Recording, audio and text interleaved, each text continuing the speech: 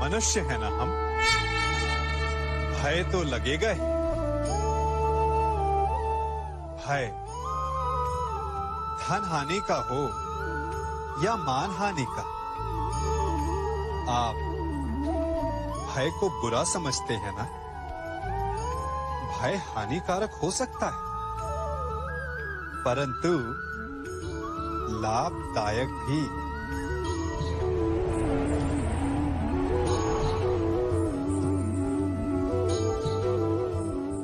सोचिए, किसी अनुचित कार्य के परिणाम का भय क्या आपको वो कार्य करने से रोक नहीं लेता?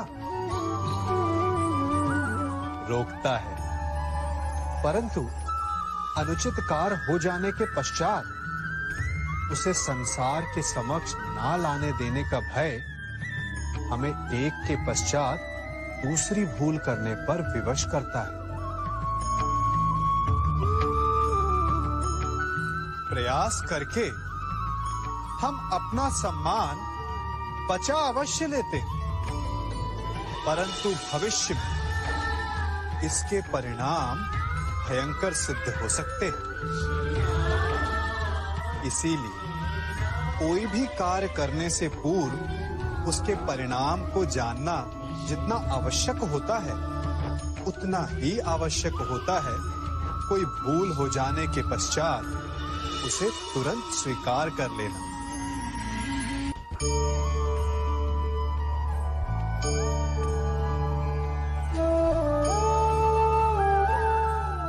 आप जिनसे प्रेम करते हैं, सदा उनके समीप रहना चाहते हैं, नहीं चाहते कि कभी अपनों से दूर होना पड़े, बिछड़ना पड़े।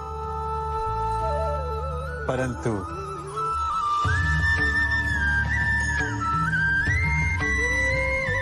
एक समय के पश्चात अपनों से दूर हो जाना उन्नति के लिए आवश्यक है। आप माता पिता हैं। यदि आप अपनी संतान के जीवन के हर पग पर उनका मार्गदर्शन करते रहेंगे, तो आपकी संतान स्वयं मार्ग चुनना कैसे सीखेगी? मार्ग के कांटों से स्वयं को बचाना कैसे सीखेगी? इसीलिए एक समय के पश्चात अपनों से बनाई गई दूरी सदा लाभदायक रहती है।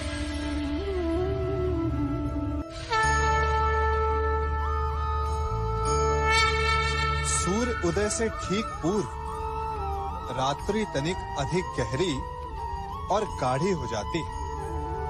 इसी प्रकार एक नए प्रारंभ से पूर्व मन पर, सोच पर, विचारों पर अंधकार छा जाता है। मानव मन जो ठहरा, दुविधा आ ही जाती है। क्या आगे जो होगा वो शुभ होगा? क्या जीवन में जो हम पीछे छोड़ आए हैं वो कहीं भूल तो नहीं? ऐसे में क्या करना चाहिए? केवल एक उपाय, आगे बढ़ें।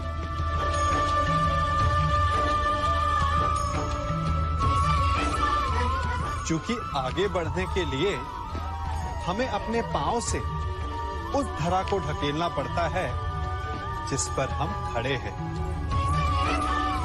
जहां मार्ग ना हो वहां लक्ष्य नहीं भूलना चाहिए। बस एक नया मार्ग बनाने का परिश्रम करना चाहिए।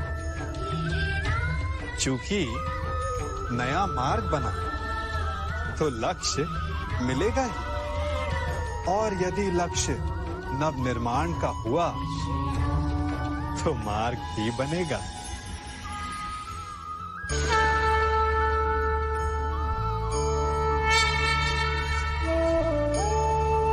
शांति किसे नहीं चाहिए? मानव युद्ध भी शांति के लिए ही करता है, और संधि भी।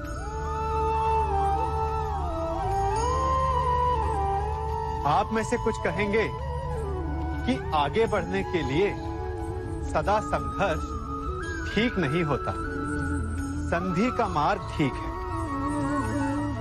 क्योंकि शक्तिशाली को परास्त करने के लिए हमारी भी शक्ति का क्षय होता है। वो शक्ति जिसे हम विकास में लगा सकते हैं, परंतु शक्तिशाली से मित्रता करने से पूर्व क्या ये जान लेना उचित नहीं कि शक्तिशाली का मंतव्य क्या है? कहीं उस संघर्ष से बचकर हम एक बड़े उत्पाद को तो जन्म नहीं दे रहे हैं। क्योंकि सर्प से मित्रता आपको शांति नहीं देती, अपितु सर्प को अवसर देती है कि भविष्य में वो आप डस सके।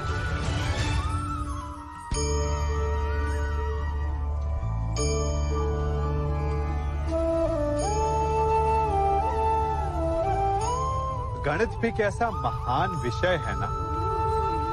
ऋण और ऋण मिल जाए तो धन बन जाते हैं, परंतु अंक गणित और जीवन के गणित में बड़ा अंतर है। बुरे से बुरा मिल जाए तो कभी अच्छा सिद्ध नहीं हो सकता।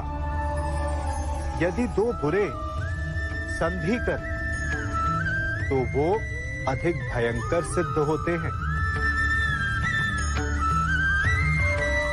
ऐसे में उनकी मित्रता का, उनकी संधि का विच्छेद आवश्यक है, चाहे वो किसी भी भांति हो।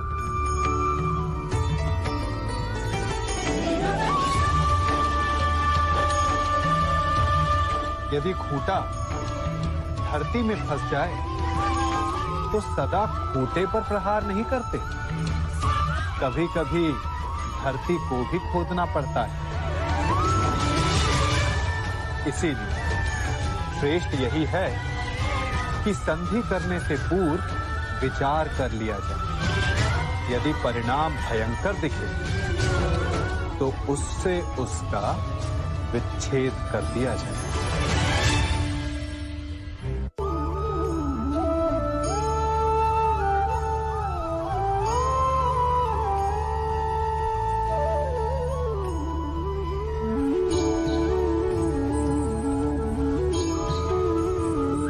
कर्म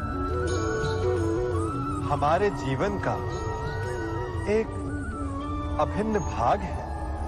कर्म सभी करते हैं, परंतु क्या कर्म करने से पूर्व एक बार विचार करते हैं? क्या सोचते हैं कि प्रत्येक क्रिया की प्रतिक्रिया अवश्य होगी और वो किसी और कर्म, किसी और फल को जन्म देगी?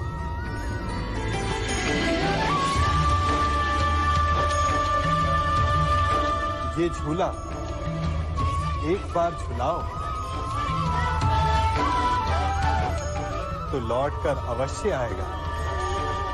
उसी प्रकार हमारे कर्म और उसके फल लौटकर आते हैं।